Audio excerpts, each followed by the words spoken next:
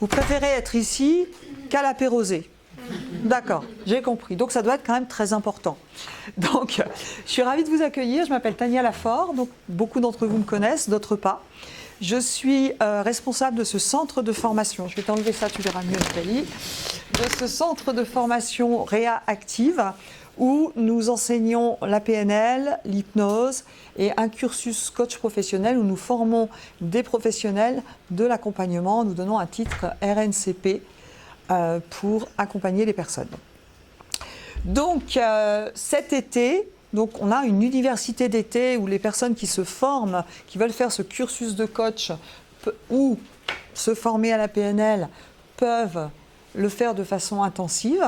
Et en plus, on a décidé de vous faire une petite, on appelle ça quoi, l'été du développement personnel. C'est pas mal ça, non?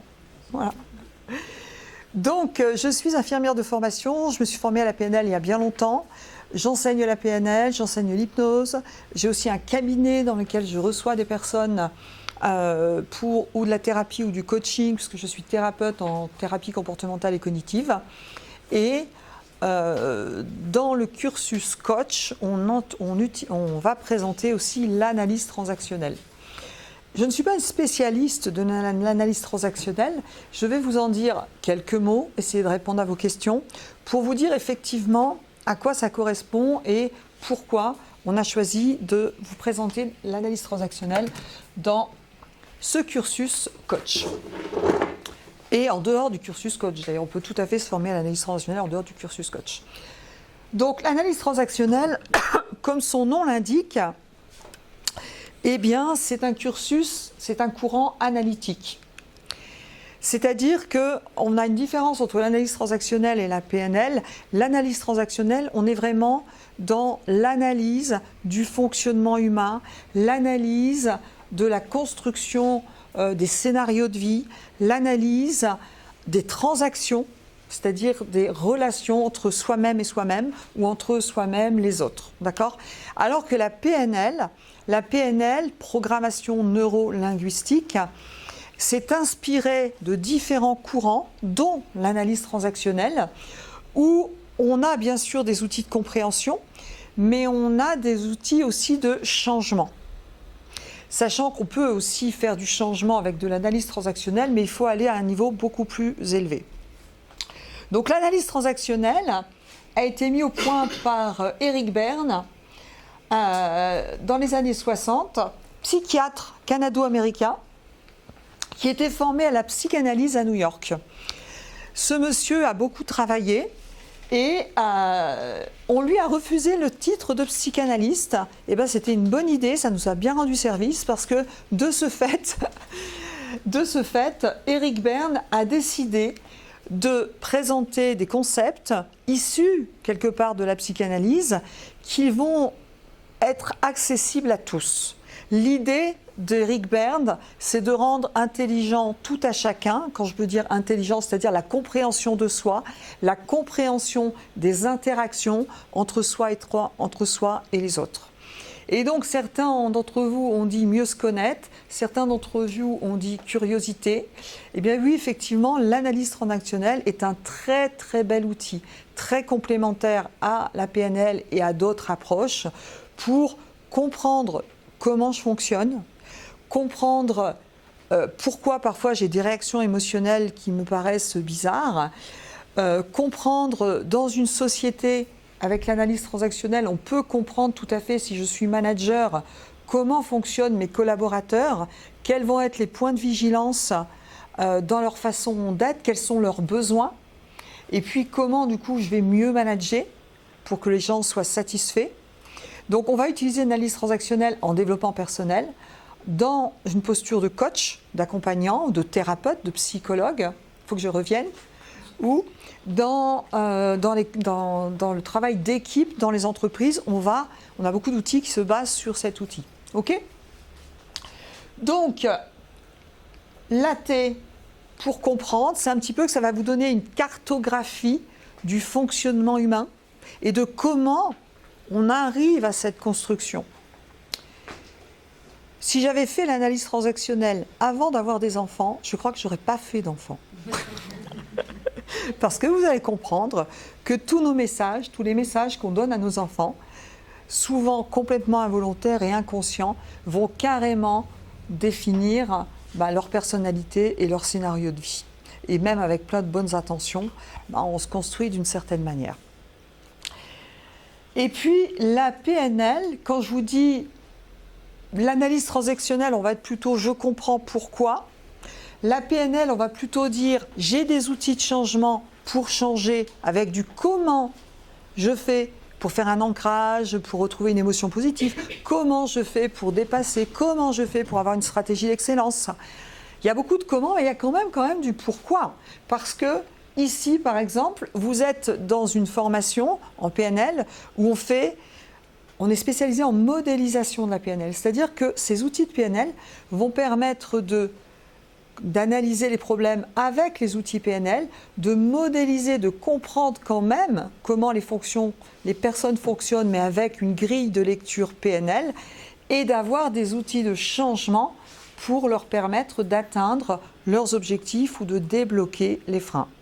C'est pourquoi, dans notre cursus coach professionnel, on demande d'abord d'acquérir une grille de lecture PNL, parce que c'est assez poussé, pour questionner, pour comprendre, et ensuite on rajoute l'analyse transactionnelle, le carré fondamental, les stratégies systémiques, etc. etc. D'accord ? C'est OK pour vous ? Donc, concept de l'analyse transactionnelle, l'idée, c'est qu'on va étudier les transactions verbales et non verbales entre moi-même et mon environnement. Quand on veut se former à l'analyse transactionnelle, il y a différentes étapes. On appelle le 101, le 102. Est-ce que certains d'entre vous ont été formés à l'analyse transactionnelle ? Voilà. Donc il y a vraiment un Oui ? Ok. Vous êtes allé jusqu'où ? 101, ok. Donc il y a effectivement différents niveaux. Moi je suis allée au 101 aussi. Et on peut aller loin dans l'analyse transactionnelle jusqu'à la thérapie dans l'analyse transactionnelle. Ce soir, l'idée, c'est simplement de vous donner une vision globale et j'irai pointer sur différents aspects qui me paraissent essentiels. Et bien sûr, si vous avez envie d'aller plus loin, vous pouvez venir vous former sur 2-3 jours ou plus. Donc, on va dire que l'idée d'Eric Berne va partir sur le fait que l'être humain a des besoins de base. On va voir quels sont ces besoins de base. On parlera des soifs, besoin de reconnaissance, on va en parler, besoin de stimulation et besoin de structurer son temps. On va voir tout ça ensemble, on va détailler. À partir de là, donc, l'être humain a aussi besoin de reconnaissance. Et on va parler des strokes de l'analyse transactionnelle que nous, en PNL, on appelle les marques d'attention. La PNL est issue de différents courants, dont l'analyse transactionnelle. Donc ceux qui ont fait un cursus PNL vont retrouver des choses qui viennent de l'analyse transactionnelle à l'intérieur. En fonction des signes de reconnaissance que je vais avoir, de ce que j'ai entendu, de mes parents, de mon environnement, l'enfant va finalement entendre des messages, interpréter des messages et structurer quelque part sa personnalité. Je vous donne une vision globale, après je vais rentrer dans le détail. OK ? Ce qui va lui donner ce qu'on appelle des scénarios de vie. Et on va voir que je peux avoir un scénario gagnant, un scénario perdant et un scénario non gagnant. Gagnant, c'est je suis complètement en accord avec mes valeurs, je suis bien et je suis heureux. Non gagnant, on va dire pour faire simple, c'est pas top mais c'est pas si mal, je m'adapte. Et perdant, là on est dans vraiment des problèmes pathologiques, voire des addictions, des suicides, tout ce genre de choses. Bienvenue. Je vous donne vraiment une vision globale, après on va revenir. Alors je ne verrai pas tout, parce qu'en 1 heure on n'a pas le temps de voir tout. J'irai pointer que sur certaines choses. En fonction des scénarios de vie, dans mes scénarios de vie, on va vous dire en analyse transactionnelle, j'ai eu des injonctions. Des injonctions, finalement, ce sont les messages que j'ai compris, qui me sont venus de mon environnement quand j'étais enfant. On dit que certaines personnes disaient que beaucoup de choses en tout cas se construisent avant 6 ans. On sait très bien que c'est beaucoup plus tard maintenant aussi. Mais en tout cas, ma jeunesse, c'est ce que j'ai appris pendant mon enfant. En tout cas, des conclusions que j'ai tirées de ce que j'ai appris, que ce soit verbal ou non verbal, vont directement influencer et je vais avoir des injonctions et des permissions. D'accord ? Je vous donne une structure. Hein. Pour l'instant, on est très théorique. Ensuite, on va rentrer dans quelque chose de plus pratique. En fonction de tout ça, on va dire que de temps en temps, je suis dans certains états. Et vous avez peut-être entendu parler des états du moi, l'état parent, l'état adulte, l'état enfant. C'est un petit peu comme s'il y a une partie de moi qui s'exprime à un certain moment dans ma vie. On va voir en détail à quoi ça correspond. En fonction de tout ça, je vais avoir des transactions. C'est la façon dont je communique avec moi-même et avec les autres. Et parfois, c'est ma partie enfant qui s'exprime. Parfois, c'est ma partie adulte. Parfois, c'est ma partie enfant rebelle. Parfois, c'est ma partie parent normatif. Là, c'est comme ça. Ou partie parent nourricier. Câlin, je m'occupe de toi, etc. Vous allez comprendre tout ça. Et on va se retrouver dans toutes ces parties, de toute façon, à différents moments de la vie. OK ? En fonction de tout ça, eh bien, on va structurer notre temps. La structure du temps, c'est-à-dire, il y a un livre qui s'appelle « Que dites-vous après avoir dit bonjour ?» Eh bien, on va voir que dans les interactions, on a différents niveaux d'interaction. On va avoir l'interaction sociale, le bonjour, puis différents types d'interactions jusqu'à une interaction d'intimité où je suis capable de... L'intimité, je ne parle pas de l'intimité genre sexuelle ou autre, c'est je suis capable de parler à quelqu'un, de parler de moi, de parler de mes sentiments. Je partage une relation intime. Il y a des personnes qui ne sont pas capables de ça. D'accord ? Et puis, le côté sombre de l'affaire, les jeux psychologiques. Parfois, pour recevoir des marques d'attention, je ne sais pas faire autrement que d'entrer dans des jeux psychologiques et je peux avoir une posture de victime, une posture de persécuteur, une posture de sauveur. D'accord ? Je vous dis, je ne pourrais pas vraiment en 1 heure tout lister, tout ça, mais on va fixer quelques points qui sont quand même très intéressants à comprendre. Et je vous donnerai des lectures et des films à voir qui sont très intéressants. Et en fonction de tout ça, eh bien, je vais avoir une certaine position dans la vie. C'est-à-dire, l'enfant n'est plus, c'est-à-dire, je suis une bonne personne et la personne en face, je la considère comme une bonne personne. C'est la posture plus. Vous avez des postures de vie qui vont être plus, moins.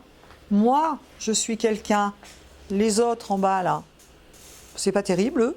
Moi, je suis quand même mieux que les autres. Vous avez aussi des postures moins, plus. C'est ce qu'on appelle en PNL quand je suis mismatch sur moi. J'ai toujours l'impression que les autres savent mieux et font mieux et sont meilleurs que moi. D'accord ? Vous allez vous voir, ça va vous parler. Hein. Vous allez vous resituer là-dedans. Et puis, alors le pire du pire, c'est moins. C'est-à-dire que moi, je ne suis pas bien, mais les autres non plus. Ça me fait penser à une personne qui m'a dit « Je suis mariée avec telle personne, elle n'est pas terrible, elle n'est pas super, mais comme de toute façon, moi, je suis moche et nulle, ça va. » Ça, c'est du moins. D'accord ? C'est dur à entendre, hein, ça fait... Ok. Et puis, bien sûr, des méconnaissances sur mes capacités, des méconnaissances sur plein de choses. Donc, l'analyse transactionnelle, ça regroupe tout ça. Donc, c'est énorme. On n'aura pas, bien sûr, on ne va pas tout voir. Je vais développer quelques principes qui me paraissent intéressants ce soir. Donc, vous voyez... Alors, est-ce que c'est mon truc ? Non, c'est pas celui-ci. Donc, tout ça, ça va rentrer dans l'analyse transactionnelle. Donc, c'est pour ça qu'on peut y passer plusieurs années, vous voyez, au vu de tout ça. Base de la théorie, c'est un postulat. Le postulat, c'est que les gens naissent OK. C'est-à-dire que chaque être humain a de la valeur, de l'importance et de la dignité. Ça part d'un bon principe. Vous êtes OK ? Le modèle est fondé sur les 3 états du moi, parent, enfant, adulte, on en parlera. Les 3 lois de communication relatives qu'on va nommer les transactions, on verra qu'on peut avoir des transactions parallèles, des transactions croisées, des transactions complémentaires. Je vous expliquerai ça progressivement. Et puis, surtout, la dynamique du besoin de reconnaissance qui est commun à toute personne. Nous avons tous besoin de reconnaissance. Et en PNL, pour ceux qui sont venus chez moi, vous avez entendu parler des marques d'attention, on va parler des STROC. Les trois soifs, c'est-à-dire ce dont on a besoin pour vivre, nous avons besoin, d'après Eric Berne, de stimulation des 5 sens, c'est-à-dire que nous avons besoin de voir, nous avons besoin de toucher, nous avons besoin d'entendre, nous avons besoin d'une stimulation intellectuelle. C'est clair, imaginez, on vous met dans un caisson où on vous coupe de vos 5 sens, vous allez juste mourir. Est-ce que vous êtes OK avec ça? D'accord? Donc on a besoin de tout ça. On a besoin de reconnaissance. Et on va voir ensemble, je vais parler des signes de reconnaissance parce que ça me paraît important, puis c'est ce que vous pouvez faire déjà, que vous pouvez appliquer tout de suite et vous allez prendre conscience d'un certain nombre de choses. Et on a besoin aussi, pour obtenir de la stimulation et de la reconnaissance, de structurer son temps. C'est-à-dire, qu'est-ce que je fais dans ma vie pour obtenir de la reconnaissance dans mes interactions avec les personnes et dans mon activité. Ça va jusqu'à maintenant ? C'est global et théorique, hein, je suis obligée de vous donner une vision globale pour aller dedans. Les STROC.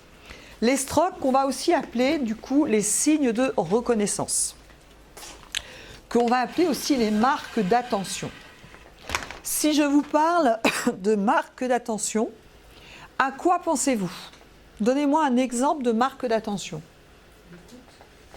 L'écoute, c'est une marque d'attention. Ok, quoi d'autre? Pardon?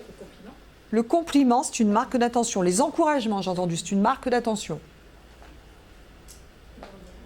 Pardon? Le regard, c'est une marque d'attention. Les cadeaux, c'est une marque d'attention. Alors effectivement, quand je dis qu'est-ce qu'une marque d'attention, on va toujours me donner, en général, les stagiaires me donnent des marques d'attention positives. Là, on parle de signes de reconnaissance, c'est comment je suis reconnue. D'accord? Et on va voir que finalement, les STROC ou les marques d'attention, d'accord, eh bien, vont être source d'énergie positive ou négative. C'est finalement ce sur quoi je porte mon attention. Ok? Je vais vous prendre un exemple. Imaginez, et là vous allez voir, ça va vous faire tout bizarre. Imaginez, c'est un exemple que je prends souvent quand je fais les bases PNL. Imaginez, j'ai un enfant et j'avais un adolescent charmant et j'aimerais que cet adolescent mette, quand il prend le petit déjeuner le matin, son bol dans le lave-vaisselle. Ça vous a tous marqué, ceux qui étaient en stage. Vous êtes OK avec ça? Donc je lui dis, mon chéri, s'il te plaît, est-ce que tu veux mettre ton bol dans le lave-vaisselle? Je lui pose une question, OK? Là, je dévie, hein, parce que je vais vous parler des comportementalistes de Skinner, c'est des études comportementalistes, d'accord? Imaginez, mon enfant met son bol dans la vaisselle, mais il le met avec du Kellogg's tout collé tout autour. Vous voyez le truc bien gluant, là? Tout ça. Et moi, j'arrive, donc il le fait, et je fais une marque d'attention négative, je lui dis « Ouais, mais alors t'as pas rincé ». Est-ce qu'il a envie de recommencer? Non. Le comportement risque de diminuer. Vous êtes OK? Je porte mon attention sur le négatif. OK? Maintenant, imaginez, il le fait, et en plus, il le fait super bien. Je ne dis rien. Il le fait une fois, 2 fois, 3 fois, je ne dis rien. Est-ce qu'il a envie de recommencer? Non plus. Ça, je fais des liens avec d'autres trucs, hein, du coup. Ça s'appelle l'extinction, c'est-à-dire que le comportement va aussi s'arrêter parce que je ne porte pas mon attention sur ce qu'il a bien fait. Ça, je fais un lien entre l'analyse transactionnelle et les études de Skinner qui est comportementaliste. OK? Alors, si je veux, ça c'est autre chose, je fais un lien maintenant sur la PNL, parce que sinon c'est pas drôle, hein. Suivre un protocole, pour moi, c'est très difficile, vous comprenez? Donc, si je veux maintenant qu'il mette bien son bol dans la vaisselle, comment vous conseillez d'y prendre? Voilà. Bien ou pas bien, il le fait. Alors, je vous donne une technique PNL, du coup, on fait des liens entre les deux, c'est ce qui est sympa. Je vais lui dire, mon chéri, super, tu as rincé ton bol, c'est bien. Si en plus, tu pouvais le mettre dans la vaisselle, ce serait vraiment chouette. En tout cas, tu l'as fait et là, c'est déjà pas mal. Un feedback façon sandwich. Là, vous avez les marques d'attention. Là, vous avez une technique PNL. Vous voyez que les deux outils sont complètement complémentaires. OK ? Maintenant, qu'est-ce que vous faites, vous, quand votre gamin rentre de l'école, il a 5 en maths, 6 en français, 17 en philo, 18 en sport et 13 en histoire. Vous lui dites quoi? Avant le bac, là. Vous lui dites quoi? Sérieux? Je focalise souvent sur la mauvaise note. Avec plein de bonnes intentions, attention, il ne faut pas confondre l'intention que j'ai et ce que je fais. Donc parfois, je vais dire, et c'est quoi ce 4-là? Je vais porter mon attention sur le négatif. Vous êtes OK? Et donc, je vais engager source d'énergie négative. Vous êtes OK? Je donne souvent un exemple qui fait rire beaucoup. Imaginez, monsieur rentre du travail un peu plus tôt que prévu et il a décidé de donner un coup de main, c'est carrément cliché, il a décidé de faire le ménage. D'accord? Madame rentre, elle est contente, mais c'est pas fait comme elle a voulu. Et là, qu'est-ce qu'elle dit? Ma mère, ce qu'elle disait, elle disait, ouais, c'est bien, et dis donc, les coins, s'ils en veulent, il faut qu'ils s'approchent. Qu'est-ce qu'elle fait, madame? Elle va dire, ouais, mais alors ça, tu vois, on ne fait pas comme ça. Est-ce que monsieur a envie de recommencer? Non. Vous êtes OK? Voilà. Et là, ça fait, ah, j'ai bien fait de venir. Portez votre attention sur ce quoi vous voulez renforcer les comportements. Vous êtes OK? Hein? Sinon, vous pourriez dire, super mon chéri, c'est génial, tu m'as aidé. La prochaine fois, si tu le fais sur le tapis, c'est vraiment top. En tout cas, vraiment merci, ça me simplifie la soirée. Et entre nous, ça a beaucoup plus de chances qu'il recommence. Mais je suis quand même hyper stratégique. Vous êtes OK? Donc, les marques d'attention sont sources d'énergie positive ou négative. Vous êtes OK? Les marques d'attention sont conditionnelles ou inconditionnelles. Conditionnelles, souvent, c'est lié par rapport à un savoir-faire. J'apprécie quand tu me rends ton dossier dans les temps. C'est une marque d'attention conditionnelle. Une marque d'attention inconditionnelle, c'est souvent sur le savoir-être. Tu es vraiment une belle personne. À votre avis, qu'est-ce qui touche le plus? L'inconditionnel, on est d'accord, quand elle est positive. Mais maintenant, qu'est-ce qui touche le plus en négatif? Tu n'as pas rangé ton bol dans le lave-vaisselle. C'est une marque d'attention conditionnelle négative. Vous êtes OK? Mais t'es complètement nul. C'est quoi? C'est de l'inconditionnel négatif. Et là, vous allez mettre une trace émotionnelle à l'intérieur du gamin ou de l'adulte. Et là, ça va coûter cher.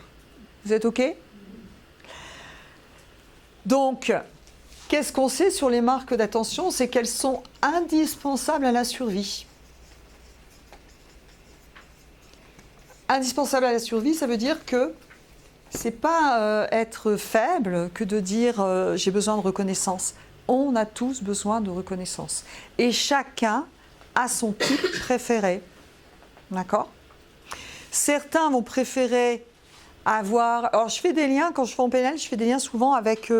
J'aime beaucoup le livre de Gary Chapman, très accessible à tous, qui s'appelle « Les langages de l'amour ». Certains le connaissent peut-être. Dans les langages de l'amour, on décrit à quoi je suis sensible, et certains sont sensibles aux mots doux. J'ai envie, dans le couple, que tu me dis « je t'aime ».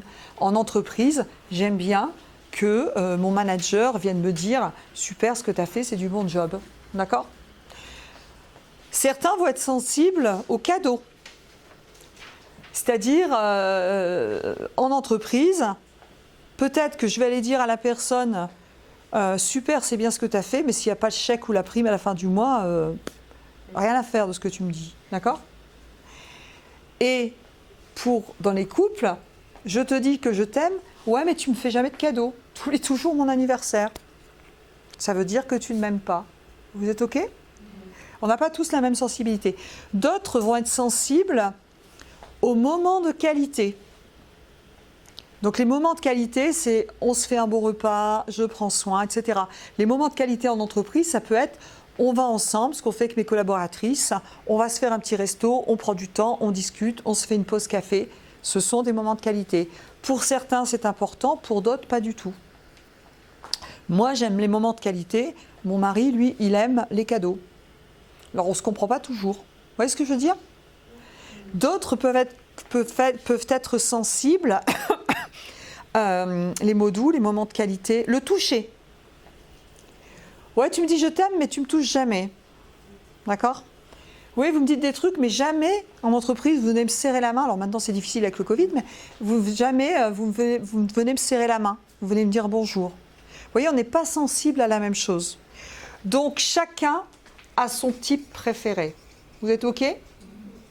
Et souvent, en fait, ce qui se passe, c'est que je vais faire à l'autre des marques d'attention qui sont importantes pour moi. Ça vous parle? Mais alors, ce n'est pas forcément ce que l'autre veut. Moi, mon mari me fait des cadeaux. Et je ne suis pas contre, hein, il peut continuer quand même, il ne faut pas déconner. Mais moi, j'aime bien les moments de qualité. Vous êtes OK? Donc, on a souvent tendance, donc, quand vous faites un cadeau pour l'autre. Mais j'ai une amie, elle voulait pour son anniversaire un vélo. Son mari lui a offert un arbre, parce que lui, il aime les arbres. Elle a failli divorcer. Vous êtes OK? Ce qu'il faut savoir aussi sur les marques d'attention, et ça va vous être très utile, c'est qu'il vaut mieux, on préfère des négatifs que rien du tout. Je préfère... Regardez les couples, au bout d'un moment, quand il n'y a pas grand-chose à se dire, eh bien, je préfère chercher la bagarre, aller titiller. Au moins, il se passe quelque chose. Il n'y a rien de pire que l'ignorance. Et là, il y en a qui vont dire « Oh non, ça aussi !» Il n'y a rien de pire que l'ignorance. Je préfère aller chercher la bagarre. Dans une cité, je préfère brûler une voiture, au moins j'existe. Je suis reconnue pour quelque chose. Je suis enfant, je rentre le soir, je veux parler à maman, à papa, mais papa, maman sont en train de faire la cuisine, de parler du job, etc. Inconsciemment tout ça, hein, bien sûr. Eh bien, je préfère prendre la tête jusqu'à temps que j'ai ma fessée. Au moins, j'ai eu ma reconnaissance. C'est inconscient, hein. Donc, je vous encourage, quand vous rentrez le soir, consacrez 5 minutes, 10 minutes de vraie présence à vos enfants, une vraie écoute, sans penser à la tarte aux pommes que vous allez faire ou à ce que vous allez dire à votre mari tout à l'heure, une vraie écoute active, ce qu'on apprend à faire en PNL. Et vous allez voir que ça change la relation. Vous êtes OK? Donc, chacun a son type préféré. On préfère des négatifs que rien du tout. Plus j'en donne, plus j'en reçois. Vous êtes OK? Et un truc qui reste entre nous, c'est pas taxé encore. C'est gratuit et inépuisable. On n'en parle à personne. D'accord? On continue. Tant qu'ils ne se sont pas rendus compte. Vous êtes OK? Et puis, alors quelque chose qui est important aussi, c'est que plus j'en ai reçu, plus c'est facile d'en donner. Mais vous avez des gens qui ont vécu des histoires, ils n'ont jamais eu de marque d'attention. Et du coup, c'est difficile d'en donner et c'est difficile d'en recevoir. Vous êtes OK? Quelqu'un à qui on n'a jamais dit « je t'aime », c'est difficile après, en étant en adulte, de se dire « je t'aime ». Et d'ailleurs, si vous rencontrez des personnes qui n'ont jamais eu de marque d'attention, dire à quelqu'un qui n'a jamais eu de marque d'attention tout de suite de l'inconditionnel positif, c'est-à-dire « tu es vraiment une belle personne », c'est trop violent. C'est difficile à entendre. Il vaut mieux commencer par du conditionnel. J'apprécie, pour les gens qui travaillent en milieu d'insertion, pour les gens qui travaillent dans des situations difficiles, eh bien, ou qui n'en ont pas reçu, peut-être parmi vous, il y a des gens qui n'ont pas eu beaucoup de marques d'attention, eh bien, commencez par accepter. Et les marques d'attention, il faut apprendre à en donner. et il faut apprendre à en recevoir. Est-ce que vous savez recevoir un compliment sans vous excuser? Qui a du mal? Allez, on est entre nous. Ben, pas mal quand même. Hein. Et bien voilà, c'est un premier travail de développement sur soi. Quand on vous fait un compliment, c'est pas la peine de dire oui, mais machin. Vous dites simplement merci et vous travaillez le savoir-faire. Ça va. Vous êtes OK avec ça? Donc c'est un travail sur soi, les marques d'attention. Ça va? Qu'est-ce que j'aurais oublié de vous dire sur les marques d'attention? Je vous fais ça très global. Hein. Quand on travaille sur l'analyse transactionnelle, on pourrait aller vraiment beaucoup plus loin hein, sur les marques d'attention. D'accord? Je vous donne une vision globale. On est sur un atelier d'1 heure. C'est OK pour vous? Qu'en pensez-vous? Là, comme ça. Ça recadre un peu. Hein. OK. Et puis en plus, faites-vous des bonnes marques d'attention à vous et des sandwichs à vous. Prenez soin de vous. Vous êtes la seule personne avec qui vous êtes sûr de finir votre vie. Ça vaut le coup d'investir sur vous. Donc pour les strokes, on est bon. Ensuite, comment se construit un scénario de vie? Alors, je vais pousser un peu. Et d'après Eric Berne, d'accord, l'enfant né, on est tous des princes ou des princesses à la naissance. Et on est naturellement dans une posture plus. Tout va bien chez moi, tout va bien chez les autres, la vie est belle. OK. Et puis l'enfant ensuite fait l'apprentissage de la vie et du monde. Et au départ, on est quand même dans un environnement et c'est surtout essentiellement la famille. Ça peut être aussi, c'est les figures d'attachement en fait, hein, c'est les gens qui nous entourent. Au fur et à mesure, l'enfant va grandir, il va apprendre qu'il est possible, qu'est-ce que je peux faire, qu'est-ce que je ne peux pas faire, qu'est-ce que je peux dire, qu'est-ce que je ne peux pas dire, ok. Il va découvrir, il va interpréter qu'est-ce qui fait plaisir aux autres, quand est-ce qu'on me dit que c'est bien, quand est-ce qu'on me dit que c'est mal, et il va tirer des conclusions. Ses parents vont lui transmettre des croyances, des désirs, des frustrations, et là on se dit pourquoi j'ai fait des enfants? Et donc il va se construire une histoire avec un scénario gagnant, non gagnant ou perdant. Ok? Et quand j'ai un scénario, c'est ça qui est vraiment important. C'est là-dessus qu'on travaille quand on travaille en coaching et quand on fait le cursus coach. C'est qu'on étudie parfois. Dites-vous que si dans votre vie, imaginez, vous changez de conjoint ou conjointe et à chaque fois vous retombez sur la même type de personne. Quand ça se répète, dites-vous qu'il y a un truc à aller travailler ailleurs. Et ça peut changer. Avec un travail sur vous, avec des outils de changement, on peut changer. C'est pas par hasard si vous tombez toujours sur le mec violent. C'est pas par hasard si vous tombez toujours sur la personne qui va vous tromper. Il y a un scénario qui dépend souvent, je fais une généralisation, mais souvent, il est possible, je formule une hypothèse, qu'il y a un scénario qui dépend de votre histoire de vie et de ce que vous avez conclu à un moment dans votre vie, qui fait que c'était le meilleur choix à l'instant T et que vous reproduisez. Et tant que vous n'aurez pas travaillé sur vous, ben ça risque de se reproduire. Donc des fois, plutôt que changer de mec, travaillez sur vous. Une fois que vous aurez fait le travail, changez si vous voulez, parce que là, vous n'aurez plus forcément encore la même chose. Vous êtes OK? C'est intéressant quand même, comme point de vue. Observez dans vos vies quand est-ce qu'il y a des trucs qui se reproduisent régulièrement. Et c'est génial de pouvoir se dire, il y a une partie dont je suis responsable inconsciemment. C'est pas génial ça? Parce que s'il y a une partie dont vous êtes responsable inconsciemment, ça veut dire que vous avez la main pour changer les choses. C'est pas chouette ça? Vous êtes content d'être venu? Dis donc, vous êtes content d'être venu. Ok. Donc pour les analystes transactionnels, beaucoup de choses se construisent avant l'âge de 6 ans, comme je vous le disais. Et l'enfant va se forger un certain nombre de croyances qui vont devenir des certitudes par rapport à lui, par rapport aux autres. Il va tirer des conclusions, il va prendre des décisions. D'accord? Et voilà. Et ce n'est pas forcément des choses violentes. Je vais vous raconter une histoire personnelle. C'est pas plus loin que ce week-end, je suis allée travailler avec ma collègue et amie Brigitte Kramer sur moi, parce qu'on travaille sur soi toute sa vie.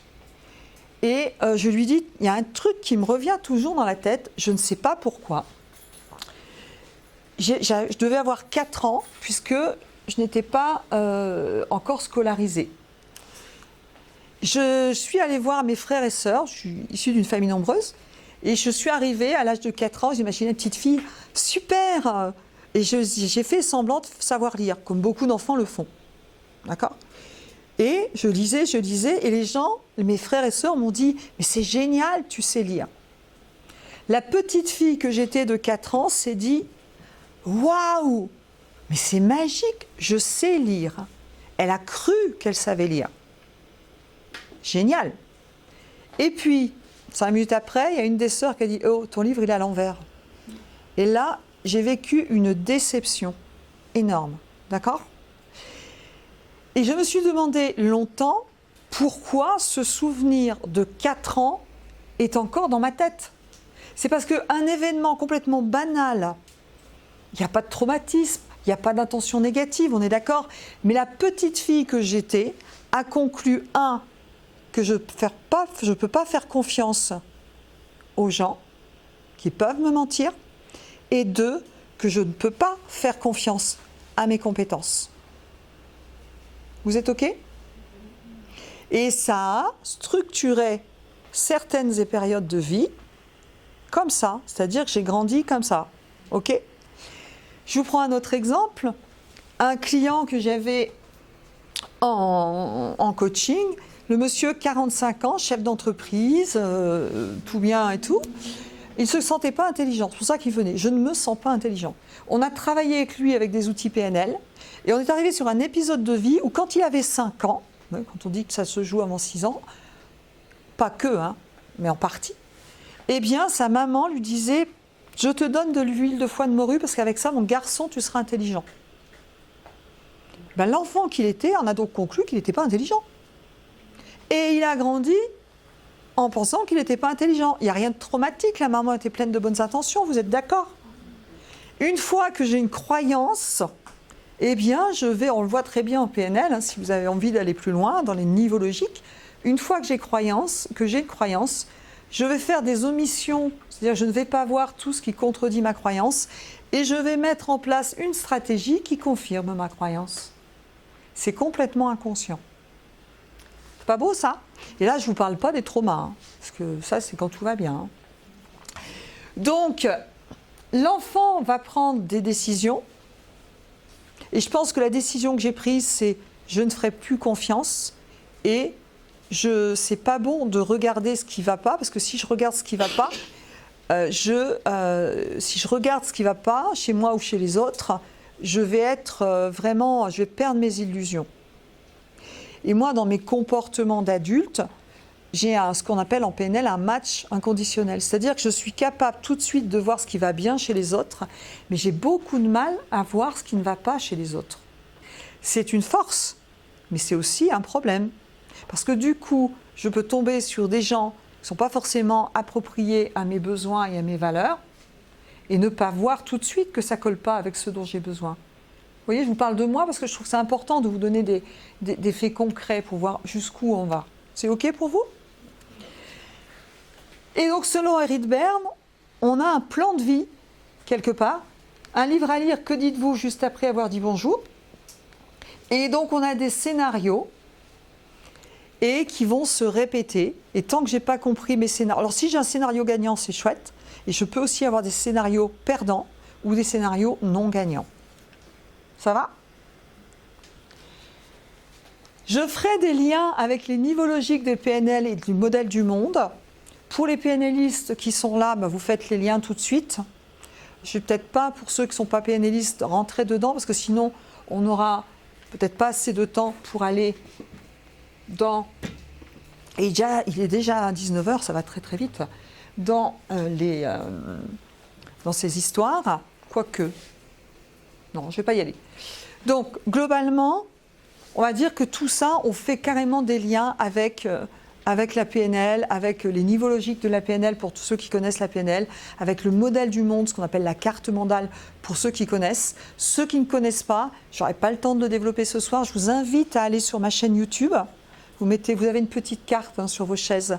Et allez, vous irez voir, il y a plein de vidéos très courtes, assez sympas, qui vous expliquent tout ça. Les injonctions qu'on peut recevoir, les injonctions qui vont être des injonctions verbales ou non verbales, qui ne sont pas forcément intentionnelles de la part des personnes qui les donnent. Ok ? On cite en analyse transactionnelle 12 injonctions. N'existent pas. C'est-à-dire qu'il y a un moment dans ma vie où j'ai conclu que je n'ai pas lieu d'exister. Il y a un moment dans ma vie où j'ai conclu que c'est pas bien d'être moi-même. Il y a un moment dans ma vie où j'ai conclu que c'est pas bien d'être un enfant. Il y a un moment dans ma vie où j'ai conclu ne grandis pas. Je ne vais pas vous donner des exemples pour tout, sinon on n'aura pas le temps de balayer. Mais imagine, vous avez maman avec plein de bienveillance qui dit « Oh, c'est gentil mon petit. Oh, j'adore quand t'es petit. Oh, c'est bien quand t'es petit, mon petit garçon, je t'aime, machin. » L'enfant, au bout d'un moment, va dire « Ok, si je veux plaire à maman, pour avoir mes strokes, mes marques d'attention, il ne faut pas que je grandisse trop vite. Vous êtes OK ? Et je ne vais pas grandir. Je peux avoir « ne sois pas important ». Alors, le ne soit pas important, on peut le rencontrer par exemple dans des familles où j'ai une fratrie avec, par exemple, un enfant qui est en difficulté, voire qui est en situation de handicap, où toute la famille va porter son attention sur cet enfant pour s'occuper de lui, etc. Et du coup, eh bien, l'autre ne se sent pas important. Et souvent, dans les familles, quand il y a une situation de handicap, eh bien, dans la fratrie, il n'y a pas que la personne qui est en situation de handicap, il y a les autres qui ramassent aussi, entre parenthèses, parce que, il n'y a pas de jugement là-dessus, parce que l'enfant va se sentir pas important. Ok ? Moi, dans mon histoire, vous allez rire, moi je suis issue d'une famille nombreuse, 15 enfants, et je me souviens quand j'étais adolescent, à la période d'adolescente, ma mère, vous imaginez, 15 enfants, elle n'avait pas les moyens d'aujourd'hui. Et un jour, je faisais ma petite crise d'adolescente. Enfin, je ne l'ai pas faite longtemps, vous allez comprendre pourquoi. J'ai décidé de ne plus parler. D'accord ? Vous savez quoi ? Je n'ai pas parlé pendant un mois. Personne ne s'en est rendu compte. Je pense que dans ma tête d'adolescente, c'était n'existe pas ou ne soit pas important. Je ne suis pas importante puisque personne ne voit finalement que je ne parle pas. Vous êtes OK ? Vous voyez un petit peu comment on peut se construire des scénarios ? Et après, ça se retrouve dans la première phrase, moi, que je dis quand j'appelle quelqu'un, c'est « Est-ce que je te dérange ?» Alors c'est super parce que je suis hyper polie et puis je suis vraiment en ce qu'on appelle en PNL en tri sur l'autre. Je fais attention, mais quand même, maintenant j'ai beaucoup travaillé sur moi. Mais si je n'avais pas fait un travail sur moi, ça pourrait vraiment être délétère dans ma vie. Vous êtes OK ? Ne fais pas, n'appartiens pas, ne sois pas proche. Alors ne sois pas proche, les gens qui ont conclu ne sois pas proche, ça veut dire que c'est des gens, on a beaucoup de difficultés à avoir des liens intimes avec eux. Ce sont des gens qui ne vont jamais se livrer. Ce sont des gens qui sont là, au milieu de tout le monde, mais jamais ils vont parler d'eux. Parce qu'il y a danger à être proche. Il y a un moment de leur vie, ils ont considéré qu'être trop proche, c'est dangereux. D'accord ? Avec quelque chose de traumatique ou pas du tout traumatique. Hein. Ne sois pas en bonne santé. Imaginez, pareil, j'ai une fratrie, j'ai ma frère et ma sœur qui est malade. Je constate que comme il est malade, papa, maman s'occupent de lui. Et je me dis, ok, mais si je ne suis pas en bonne santé, je vais avoir des signes de reconnaissance. C'est inconscient tout ça, hein. Ce n'est pas du tout volontaire. C'est compliqué, non, hein. Vous avez bien fait de venir. Hein. Ne pense pas, ne ressens pas. Et là, c'est les gens qui sont coupés de leurs émotions. Donc en fonction de notre expérience de vie, nous allons interpréter des choses qui vont faire comme si c'était une injonction inconsciente. Et de façon inconsciente, je vais développer ma personnalité, mes comportements, mes interprétations et tout le modèle du monde que vous connaissez en PNL, qu'on a vu tout à l'heure. Alors, les injonctions peuvent être verbales ou non verbales. Et alors là, on va parler aussi des drivers. Imaginez quelqu'un où vous avez papa qui dit « un garçon, ça pleure pas ». Moi, mon mari, c'est ça. On lui a dit, sa grand-mère lui disait « un garçon, ça pleure pas ». D'accord ? Eh bien, je vais développer du « sois fort ». Ok. Parce que l'idée de l'enfant que je suis, c'est d'être aimé. Donc l'enfant comprend que si je veux être aimé par maman ou papa, eh bien, il ne faut pas que je pleure. Donc je vais développer du « sois fort ». Ce qui veut dire que le « sois fort », je vais... Ou alors, tu vas quand même pas pleurer pour ça, non? Mais c'est n'importe quoi, là. L'enfant va tirer la conclusion, sois fort. Vous êtes OK? Et puis, dans la vie, eh bien, ça va être des personnes qui vont toujours chercher à dépasser les autres, à faire mieux, souvent critiques vis-à-vis des autres, et puis qui extériorisent peu leurs sentiments. D'accord? On va développer un petit profil de personnalité. On pourrait faire des liens avec l'énéagramme, hein. D'accord? Sois parfait. Sois parfait, c'est des personnes à qui on a dit alors, vous rentrez de l'école, vous avez 4, on vous dit non mais t'aurais pu faire mieux. T'aurais pu faire mieux, vous avez entendu ça? Peut faire mieux. Et à chaque fois, plutôt que féliciter l'enfant pour ce qu'il a bien fait, on dit « ouais, mais tu peux faire encore mieux ». Mais toujours avec des bonnes intentions.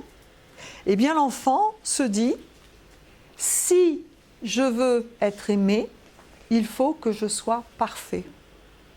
Et on retrouve là, je vais faire des liens avec l'énéagramme, qui est un autre outil dont je parlerai la semaine prochaine, mardi 12. L'enfant va avoir besoin d'être parfait. Si ce n'est pas parfait, il va le considérer comme une faute, pas comme une erreur. Et il va vivre dans des états émotionnels. En plus, il va faire du fait effort parce qu'il faut absolument que ce soit parfait. Et il va se mettre en stress pour des choses qui n'ont pas lieu d'être. La personne qui soit parfaite. Et dans tous ces profils de personnalité, il y a des avantages et des inconvénients. D'accord? Mon fils qui a un soi parfait, et pourtant, il se l'est fait tout seul. Hein. Franchement, j'ai travaillé moi là-dessus. S'il a 18, c'est pas assez bien. Lui, ce qu'il vise, c'est 18,75 sur 20, voire 19. S'il pouvait avoir 22, ce serait l'idéal. Vous voyez? Et s'il n'a pas ça, il est malheureux. D'accord?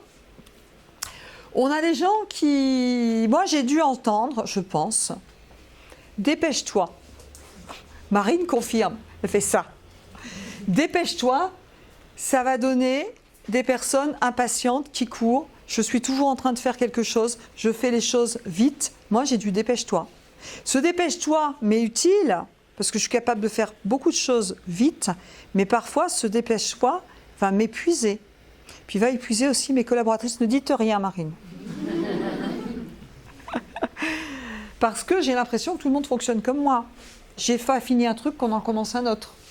Alors, honnêtement, vu une famille de 15 enfants, avec ma mère qui gérait... Je pense que c'est normal que j'ai entendu régulièrement « dépêche-toi ». Ça peut certainement très facilement s'expliquer. Parce qu'on n'a pas le temps, avec 15, de tenir compte des uns et des autres. Hein. Vous avez des personnes qui ont entendu « acharne-toi » ou « fais effort ». C'est ces personnes qui ont un fait effort, ces personnes, si elles n'ont pas fait d'effort, elles ne sont pas valables. Donc le problème, c'est que je pourrais faire un truc cool en me faisant plaisir, mais ça n'a pas de valeur. C'est inconscient, hein. Il faut que j'en bave. Donc je vais trouver un moyen inconsciemment d'en baver. Je vais complexifier les tâches. Je vais en rajouter. Vous avez bien fait de venir. Est-ce qu'il y a fait des faits forts parmi vous? Est-ce que vous avez entendu? Fais plaisir. Alors là, j'ai de ça aussi, moi. Fait plaisir, j'ai conclu. Vous savez, c'est maman qui dit « Oh, bah, c'est gentil, tu as fait plaisir à maman. Oh, c'est super, tu m'as fait plaisir, mon chéri.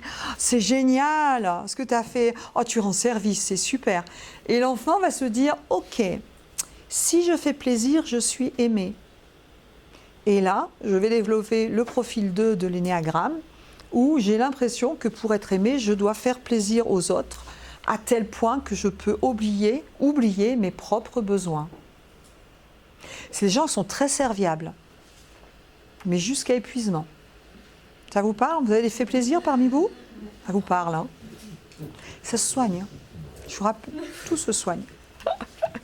Donc, voyez un petit peu, ça c'est les injonctions verbales, mais ça peut être non verbal aussi, les injonctions. C'est-à-dire que un enfant, par exemple, à qui on refuse tout ce qu'il demande, implicitement va recevoir le message, il va interpréter « n'existe pas » ou « ne grandit pas ». Ce n'est pas forcément un message verbal, c'est ce qui se passe dans la vie qui va faire que l'enfant va tirer cette conclusion. Vous êtes OK ? Et puis, on peut entendre, chez nous, on n'a jamais eu de chance, chez nous, on ne demande rien à personne, vous savez, les trucs de famille. Pour vivre heureux, vivons cachés. D'accord ?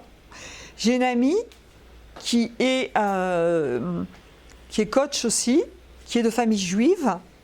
Ben, c'est le truc de la famille. On lui a appris enfant, et ça se comprend avec l'histoire. Pour vivre heureux, vivons cachés.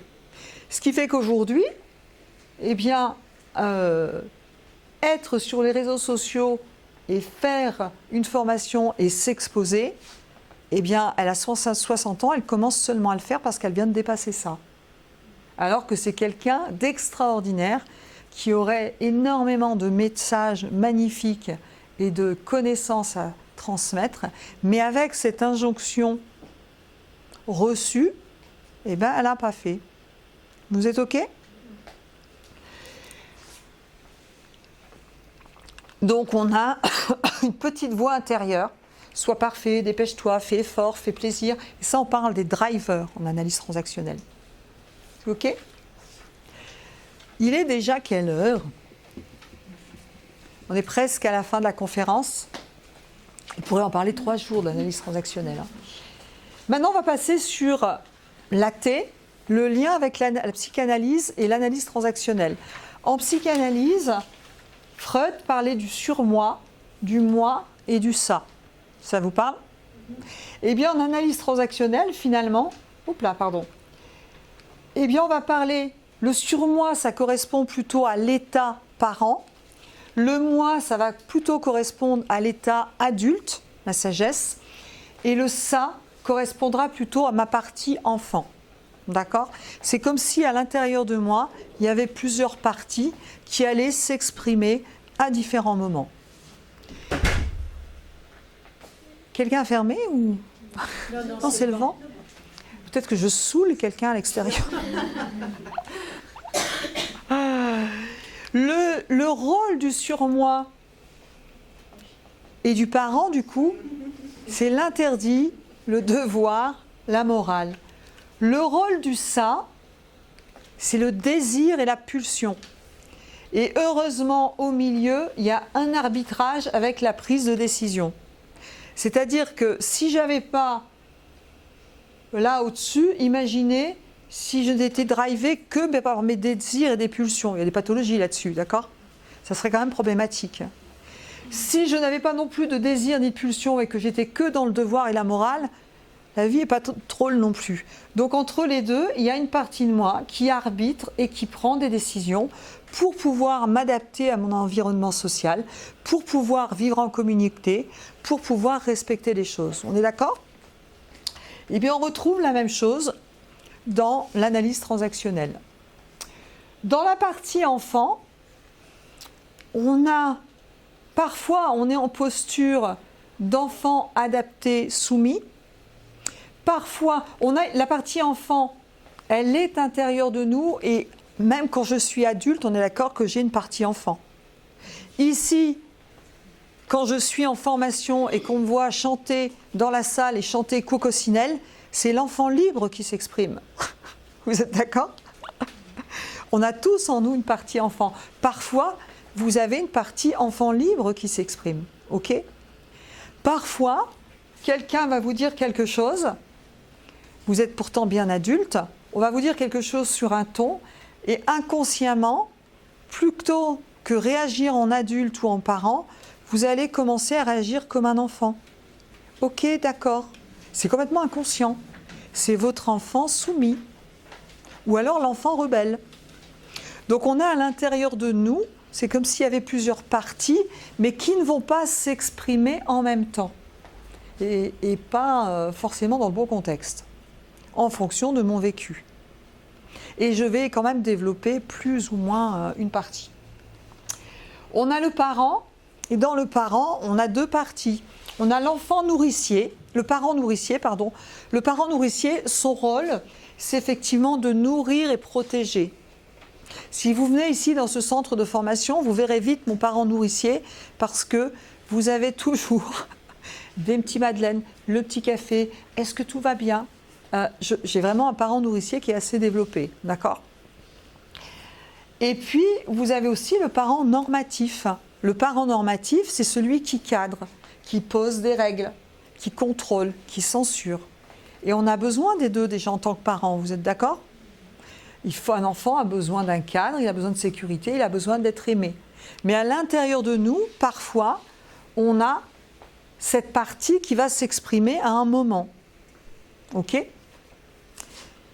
Et puis l'adulte, eh bien l'adulte, c'est celui qui est entre les deux, qui va faire la part des choses, analyser, être beaucoup plus factuel, prendre du recul, et qui va avoir une émotion juste, appropriée, adaptée et réelle. Ça va?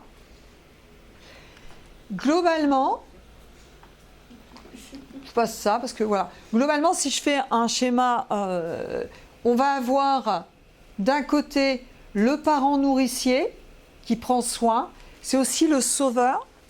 Le parent nourricier, s'il est trop nourricier et qui fait tout à la place de l'enfant, ça va donner un enfant qui ne grandit pas, un enfant qui ne va pas prendre ses responsabilités. Vous êtes OK? Le parent normatif, quand il est OK, dans la bonne dose, eh ben, il va poser un cadre, des limites. Quand il est excessif, il va pointer tout ce qui ne va pas. Vous savez, c'est les coins, il ne faut pas qu'ils s'approchent. Vous vous rappelez tout à l'heure? Et là, ça va devenir un persécuteur. Et quand on s'analyse, parfois, dans des situations de vie, on peut jouer dans des jeux psychologiques persécuteur, victime, parce qu'on ne sait faire que ça. Ça fait réfléchir. Hein. Finalement, est-ce que vous avez bien fait de venir? L'adulte, quand il est au bon niveau, il va être responsable, capable de traiter la réalité. Et quand il va être dans son côté négatif, il va carrément agir trop froidement, il n'y a plus d'émotion. J'analyse, je suis cortical, je suis machin, etc. Et ça peut être intéressant. Je suis infirmière, hein. J'ai travaillé aux urgences. Quand vous travaillez aux urgences, vous avez intérêt d'analyser et vous avez intérêt d'être coupé de vos émotions. Sinon, vous n'êtes pas capable. Vous êtes dans l'empathie quand même, mais si vous êtes dans un état émotionnel excessif, vous n'êtes pas capable de gérer une urgence. On est d'accord? L'enfant, eh bien, vous avez l'enfant soumis qui va être... Alors, l'enfant soumis, il y a deux niveaux. C'est je suis soumis, mais obéissant par rapport à des règles qu'on m'impose et qui me paraissent justes. OK? L'enfant adapté, soumis. Et puis, vous allez avoir l'enfant soumis qui se positionne dans une posture de victime et qui se plaint tout le temps. OK? Et puis, vous avez aussi l'enfant rebelle. L'enfant rebelle affranchi, c'est-à-dire le côté positif, c'est celui qui est capable de dire non par rapport à ce qu'on lui demande de faire parce que ce n'est pas en accord avec ses valeurs. Et l'enfant rebelle victime, c'est celui qui va dire non par principe. c'est le polarity responder qu'on reconnaît bien dans PNL. Vous êtes OK? Quand je dis l'enfant, c'est une partie de nous adultes. Hein. À l'intérieur de moi et à l'intérieur de vous, il y a tout ça. Et en fonction de nos personnalités, eh bien, et de nos profils, ben, il y en a plus un qui s'exprime que l'autre. Ça vous parle?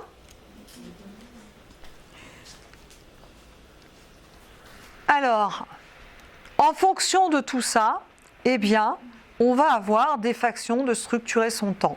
Et je vais bientôt m'arrêter. Les différentes façons, en fait, c'est la relation que j'ai avec les autres. Il y a des types d'environnement où je vais plutôt être en retrait. C'est-à-dire que je suis plutôt en posture d'observateur, je regarde ce qui se passe. Ça, c'est très développé chez le profil 5 en Ennéagramme. Et puis, il y a un niveau de relation où si c'est plutôt le rituel, bonjour, ça va, c'est bonjour, bonsoir, vous savez, c'est les petites conversations qu'on a à la boulangerie, là. Bonjour, ça va, au revoir. Ensuite, on a ce qu'on appelle le passe-temps, où on va aller un petit peu plus loin dans la relation, c'est-à-dire quel temps, il va faire beau demain, je commence à entrer en relation avec les personnes. Et il y a des gens pour qui c'est difficile, hein, même ça. Les gens qui ont des phobies sociales, par exemple, ne sont pas capables de faire ça, c'est compliqué pour eux. Je parlais de la pluie, du beau temps, sans me livrer de quelque chose d'intime de moi-même. Regardez les conversations autour de vous, souvent, c'est « Ah, il va faire beau demain, hein ?» Ouais. Là, on est dans ce type de relation, d'accord? Et puis après, on va avoir l'activité. Donc là, on va vraiment échanger avec des personnes pour obtenir un résultat, un bénéfice, un travail en famille. C'est des relations un petit peu plus où on va se livrer, on va partager des choses, on va faire. Et puis ensuite, on peut avoir aussi des jeux psychologiques. Des jeux psychologiques, on est dans la posture où je suis victime, où je suis persécuteur, où je suis sauveur. Et ces jeux psychologiques, c'est la seule façon pour moi d'avoir des marques d'attention parce que je n'ai pas appris à faire autrement. Ça va? Je reviendrai un petit peu vite fait sur les jeux psychologiques quand même. Et puis le top du top, c'est l'intimité. C'est je suis capable d'entrer en relation avec une personne sans jeu psychologique, en étant authentique, sans craindre d'être jugé par l'autre et en me livrant complètement et totalement. Eh bien, il y a peu de gens avec qui on arrive à ça. Sans être des mauvaises personnes, on peut très facilement rentrer dans des jeux psychologiques. Très facilement. Parce qu'une fois qu'on est dedans, pour en sortir, je peux vous dire, c'est pas facile. Il faut une sacrée prise de conscience de ces jeux psychologiques. Ça va? Est-ce que ça vous plaît? C'est intéressant, hein, l'analyse transactionnelle. Hein. Je ne vais pas aller dans les états pathologiques, dans les exclusions, dans la contamination, les injonctions. Eh bien, j'espère que toutes ces données vous seront utiles. C'est pas beau, ça? J'ai repris le PowerPoint. Je vais m'arrêter là. On a un petit peu dépassé l'heure. Pour les jeux psychologiques, si vous voulez les comprendre, je vous invite vraiment à aller voir un film que vous trouverez encore, un vieux film avec Gérard Jugnot qui s'appelle Oui, mais. Vous l'avez vu? Gérard Jugnot. On parlait encore en franc, hein, c'est pas récent. Gérard Jugnot, dans ce film, est un thérapeute qui va aider une jeune fille qui a ses premières relations sexuelles et dont la maman est alcoolique. Et en fait, elle vient pour se faire accompagner. Et tout au long du film, il explique ce que c'est les jeux psychologiques. D'accord? On parle, dans l'analyse transactionnelle, déjà j'en ai pas parlé, mais on parle donc dans les jeux psychologiques, c'est le triangle de Karpman. Le triangle de Karpman, vous avez le sauveur, la victime et le persécuteur. Et en fait, il explique, vous allez voir des exemples, il explique très clairement que quand on tombe dans ces jeux psychologiques, en fait, on va tour à tour changer de rôle. D'accord? Alors, on a quand même une tendance privilégiée. J'ai un ami là, j'espère qu'il n'écoutera pas la vidéo, parce qu'il va se reconnaître. C'est le sauveur. À chaque fois qu'il va rencontrer une personne, il va rencontrer et choisir une petite personne fragile, et il va mettre sa cape de sauveur. C'est son style, d'accord ? Il y a des gens qui ont plutôt le profil persécuteur, c'est-à-dire qu'ils vont être là pour casser. Et puis il y a des gens qui seront des victimes éternelles. C'est-à-dire que la victime, quand on trouve des solutions, elle va ne jamais les accepter, d'accord ? Et après, si je suis sauveur, que j'aide une victime, que j'essaie d'aider une victime, elle va m'envoyer paître. Et au bout d'un moment, je vais lui dire, bon, maintenant, tu commences à me saouler, et je vais devenir persécuteur. Bon, je vous la fais courte parce qu'on pourrait passer beaucoup de temps sur les jeux psychologiques, c'est passionnant. Je vous invite vraiment à aller voir ce film qui explique très bien. Vous trouverez aussi sur YouTube, vous trouverez aussi beaucoup de données sur l'analyse transactionnelle, etc. Voilà. J'ai essayé de vous faire quelque chose d'assez complet en 1 heure de temps, c'est pas facile parce qu'on pourrait y passer plusieurs jours. Si ça vous intéresse, on a une formation en analyse transactionnelle ici, je ne sais plus c'est quand, je crois que c'est au mois d'octobre. Et puis, si vous voulez aller plus loin, vous pouvez aussi venir la semaine prochaine sur le diagramme. Avez-vous des questions ? Est-ce que ça vous a été utile ? Ouais. Est-ce que c'est clair ? Bon, bah super. Ben, écoutez, je suis ravie de vous avoir accueillis. Je vous souhaite une excellente soirée et au plaisir de vous retrouver bientôt. Et merci à ceux qui nous ont suivis en ligne aussi. Au plaisir de vous retrouver bientôt pour d'autres aventures. Bonne soirée à tous.